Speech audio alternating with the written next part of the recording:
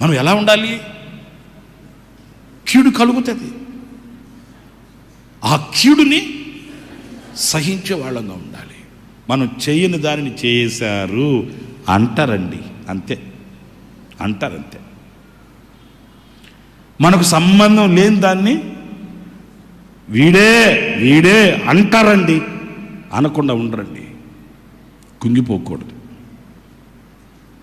అధైర్యపడకూడదు.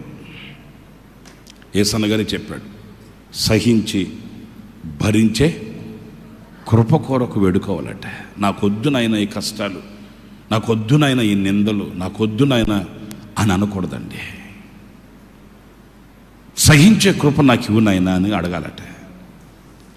భరించే కృప నాకు ఇవ్వు నాయన అని అడగాలట. కానీ తీసేనైనా ఈ కష్టాలు వద్దు ప్రభువా అని మనం అనకూడదంటండి.